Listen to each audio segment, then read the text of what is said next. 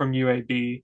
But anyways, back to kind of like the full-time job situation. Like I applied to, I still remember the number to this day. Like I applied to 64 different jobs, and I went through like at least out of all of that, I went through maybe like 10 or 11 interviews.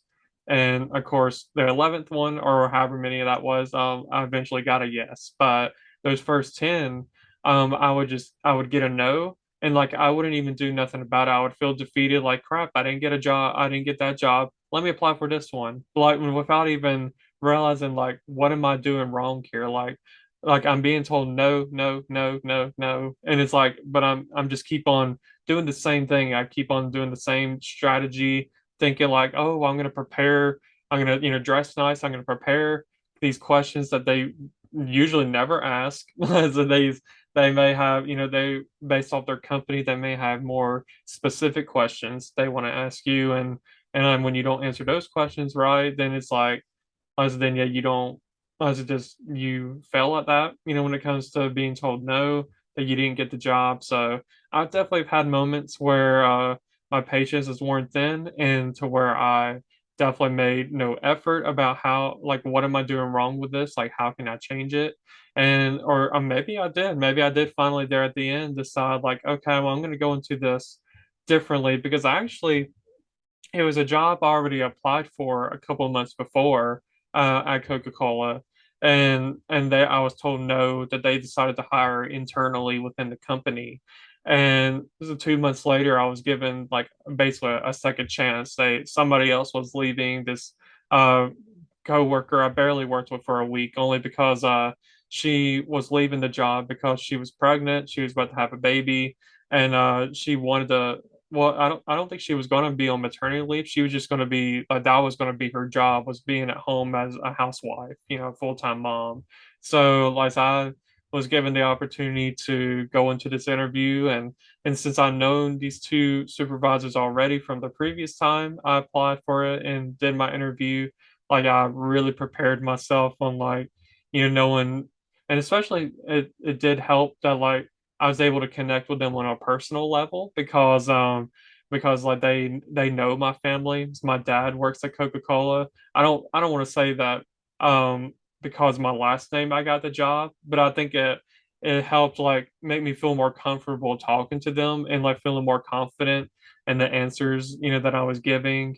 And like as soon as my interview was over, like the very next day I was offered the job. So I think just having more confidence in yourself, not just constantly feeling sorry, then it's like, okay, let me apply for this one. Like, so without making any changes to anything. Like I said, not like I said, and maybe I went into those jobs, those interviews, not really feeling confident, and like I said, I never made that change. I just kept going in there thinking, well, let's just give it a try. And then of course got told no, weeks later after I had that interview. And so like I said, it just definitely was a learning lesson for me. And I just hope that, maybe somebody can learn out of this, that like it if it took 64 job applications to get a job, I think you need to see that there's something that you must be doing on your end, that people are receiving it in a way that they're thinking, maybe not that I'm a bad person, but maybe I'm just not the right fit for their company. And like I said, maybe I need to improve something within myself. So like I said, was definitely given the opportunity now. Like I said, 3 years later, here I am, and definitely just, thriving and surviving, and and definitely just loving every moment of working with the company that I'm at. So I was just glad to have that second chance. And not everybody gets a second chance when it comes to a company. They may be given just one chance, and like, oh, we like don't, every time this person applies, no, like say no, like it didn't go well the first time. So I was just definitely really working on yourself and really preparing yourself, and just like I said, just being patient, and like you said, being proactive and reactive with your failures, or even if you're going for your first interview, just really being proactive and reactive to how you're going to get that job. Yeah. And something that's super important too is feedback. feedback from people who are objective, like not somebody who's not in line with whatever your version of success is, but somebody who is objective to that. Ask them for feedback and that thank you. Like when you say thank you or when you get that rejection email or that phone call, can you ask them, say, hey, can you provide any feedback? Like, what did the candidate who got this position, what did they have? Was there anything that I said that could do better on? So that way, if I ever do reapply for your company, I can see success in that forum. I will say that 90% of the time, whenever I interviewed for companies, they would respond to that email and they would give me like information like this was actually an internal candidate, but thank you so much for asking. And then when they would get another position that came on, like Coca-Cola did with you, they would email me and reach out because they could see that I was a coachable person and that I was still hungry for an opportunity with them. So feedback is so important, especially when you're so focused on these mini goals or like achieving those tasks. Sometimes you could get blindsided and forget what that overarching goal is too, right? So that's super important. And I'll be honest with you, Joel, I think we all go through that hiring struggle. I remember when I was applying for my internships my junior year, I probably put, like you said, 50 applications out there, and I think I got like 10 responses back. Like, there's just these big name companies that were not getting back to me. And then finally, what I did to change up like the nuance of just continuing to submit my application was I actually looked on Glassdoor and I looked up companies that were the most responsive to applicants. And when I tell you that was a game changer for me, so like using your resources and whatever goal you're trying to accomplish, super important.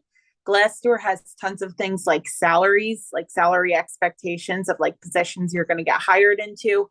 They even have like formats of questions for interviews if it's a lot of entry level jobs you're looking at. When you get to like higher up positions, not as helpful or not as much, but like super important to use any resource that can be provided to you. And what I mean by resources, again, that could be people too. That could be mentors. Make mentors. When you see somebody you define as successful, become their friend. Ask them for advice. I can't tell you how many people who have been so influential to me. Like you have to just keep this as a learning and growing environment throughout your lifetime, and you're going to see yourself succeed in whatever endeavor you choose to. Yeah, that's really good points to make. Like, asking for feedback is really important because the company will see that like, oh, this person really wanted the job. And like you said, that maybe if there was an opportunity for a position to be fulfilled or, I can, ask this person because it sounded like they really wanted it.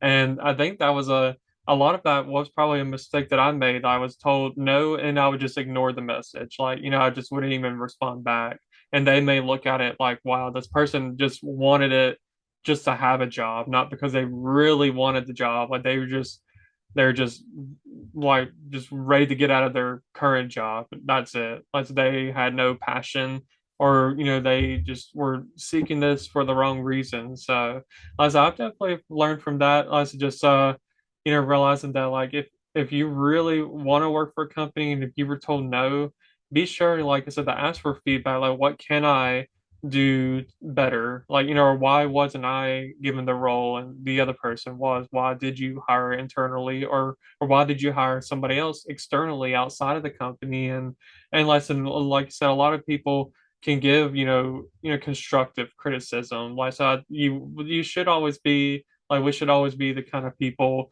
to take it in because like so we're none of us are perfect and constructive criticism is not, some people may view it as you're trying to tear me down, but when really they're trying to help you, they're trying to build you up. So, like I said, it's just definitely don't take constructive criticism personally. Like definitely look at constructive criticism as like they're trying to, give me really good points on how to better myself to, to get hired, whether it's within this company in the future or within another company that, may be presented in our way. And like you said, with resources, it's definitely really important to look at because like networking and connections are super important. So seeing those people that are currently successful and like wanting to like have them as a mentor basically to like help you reach that goal. I say even if it's not a job, it could be like with me, like I know like I would love to, get out of some financial debt, like when it comes with credit cards, student loans, stuff like that. And like looking to somebody that has already fulfilled that goal. Like I know somebody that told me that he knows someone that like paid off their student loans in like 3 years. And like so I was just thinking like that would be amazing, like to do something like that, especially with how crazy the amount of like how much student loans, a lot of people owe. And like and especially the interest rate and stuff like that, how you make a big payment and only like a little portion goes towards it. And so like I said, it definitely can be, like I said, just finding those right resources, whether it's through like I said, a person, or whether it's through like a website like Glassdoor, like really looking at companies that are responsive, very responsive to applicants and stuff like that. So that's having really good advice to give when it comes to just remaining patient and like really trying to find good ways to be successful and to accomplish that goal that you are looking for, even if it's not a job. 100% agree. So before we end this, do you have any kind of final thoughts on success? Final thoughts on success. Just to sum up our conversation would be set your own goal for success. I have people who come into, the company and they kill it. And that is their ambition to succeed and to grow within the company. Amazing. I have associates that work with me that their goal is to focus on their family and this is a paycheck. That is still fine. It's still amazing. Guess what? As long as you are hitting your metrics to remain secure in your position, I have no problem with that whatsoever because they contain a certain amount of knowledge and will still need people in those positions. So just make sure that whatever drives you, whatever makes you happy, that leads to what you find success, make sure you're pursuing that.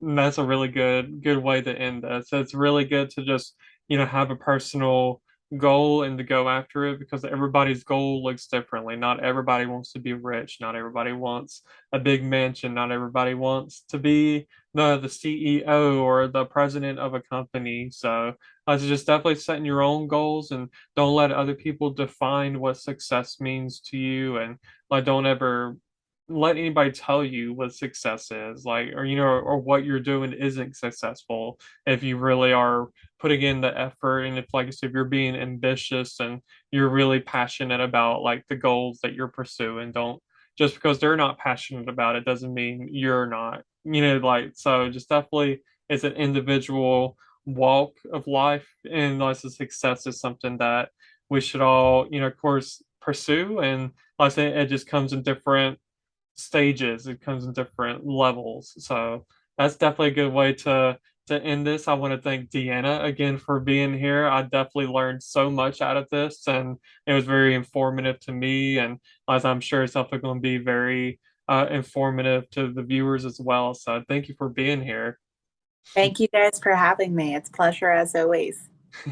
Absolutely. So if you enjoyed this video, be sure to give me a like on my Facebook page if you're watching it from Facebook, or if you're watching this from my YouTube channel, Not Your Average Joel, be sure to give me a like there. Or if you have any feedback, be sure to comment on either platforms. And also, I do have an Instagram page, Not Your Average Joel Podcast. That's where I post like maybe a small like minute portion from like each episode. And I also do post a few like behind the scenes like funny moments that may happen, or even if I just post a small like a boomerang of like me about to film or something like that, just a few like behind the scene kind of things that happen there. So be sure to go follow me there and maybe like my stuff there too if you're able to. I would definitely greatly appreciate it. And for everybody else, so I look forward to talking with y'all again. And I definitely look forward to having DeAnna back in the future. And I hope that everybody has a good rest of your day. And thank you for watching. Bye.